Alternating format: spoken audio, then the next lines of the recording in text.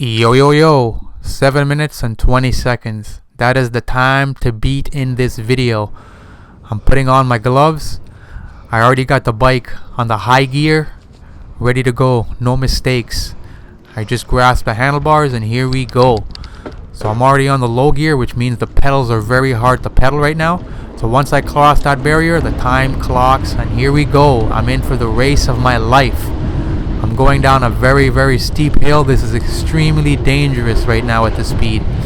The only thing that's going to stop me and slow me down are going to be people not paying attention and people walking their dogs not paying attention. So right now, I've got a pretty good grasp of the terrain, where I gotta go.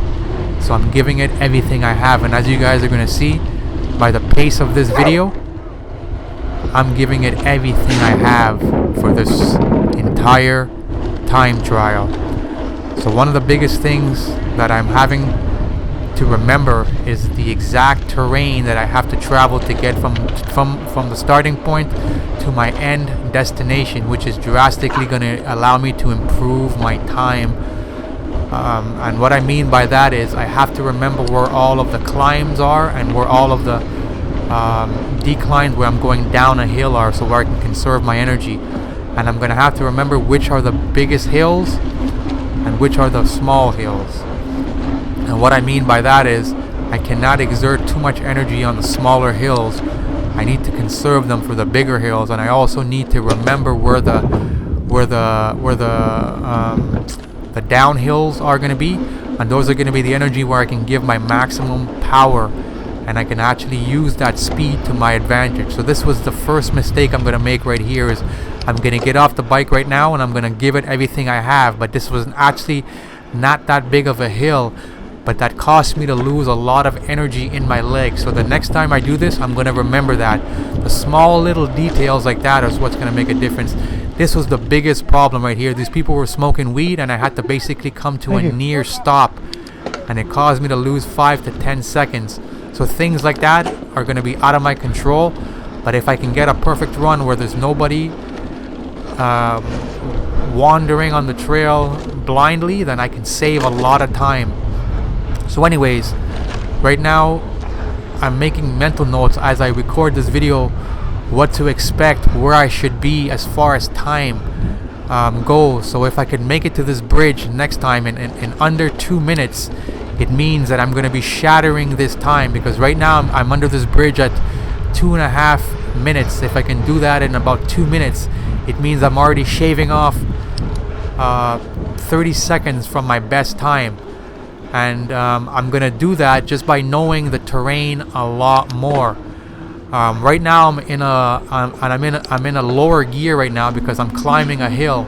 So when I say lower gear, what that means is that the pedals on the bike is a lot easier to pedal because I'm climbing up a hill. High gear means the pedal on the bike is a lot harder to do. I shouldn't have done this damn no handlebar here, at least not for this run. I usually do that to recuperate some energy, but I shouldn't have done it because I was not expecting this run to be as easy as it's going to turn out to be. And right now this is a steeper hill compared to before, so this is where I want to save my energy, because this is probably one of the bigger hills, and the water bottle almost fell out there, and me having to fix it costed me another 5 to 10 seconds in overall speed. So anyways, that specific hill there, I'm going to have to remember where it is, and that's going to be one of the hills where I need to save and conserve my energy for as much as possible. And basically I'm going to have to continuously focus on giving everything I have when the terrain is straight, and especially when I'm going on a downhill grade during the trail. Another factor to keep in mind is that at this point, even though it's only been 4 minutes, I've been massively giving a lot of energy and a lot of power to get to this point this fast. So what I'm noticing at this point is that my throat is tasting of blood and phlegm all mixed together, and my nose is running like crazy, and I have also developed a massive headache at this point from exerting myself this hard with the cardio. But I'm not giving up.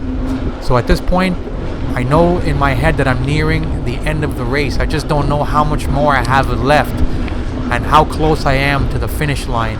So the next and final landmark, if you want to call it that, that I'm looking for is actually smell. If anybody has ridden this trail before, you know once you start getting near Morningside Park, one of the major things you're gonna smell is literally shit, feces everywhere, because you're gonna have to cross over the sewer line, the sewer system, the sewer waste of this area.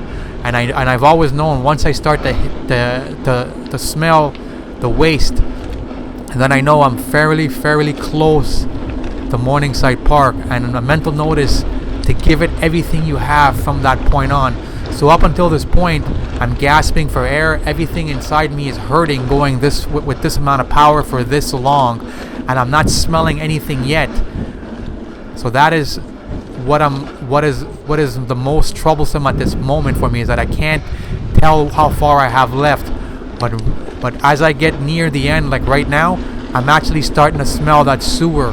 I'm starting to smell the fecal matter all around me, and I know that I'm nearing the end of the trail. I'm nearing the end of my destination. So at this point now, I'm going to give it everything I have. I'm going to start changing gears to the lower gears. That's why you guys are going to hear that click, making it harder to pedal, but the bike is going to be able to go much faster, because I know I'm nearing the end, and I know I'm about to smash that 7 minutes and 20-second timer that we had. And right there, that's the signal, because I know I only have 1 or 2 more turns left before I come to the end of my destination. And all I'm looking for now is the finish line, which is going to be the bench and this white sign marker that signifies you have actually arrived at Morningside Park. And right now I'm about to smash that 7 minutes and 20 seconds right now, and I think I got, if I see correctly, 6 minutes and 43 seconds, meaning I smashed it by 37 seconds.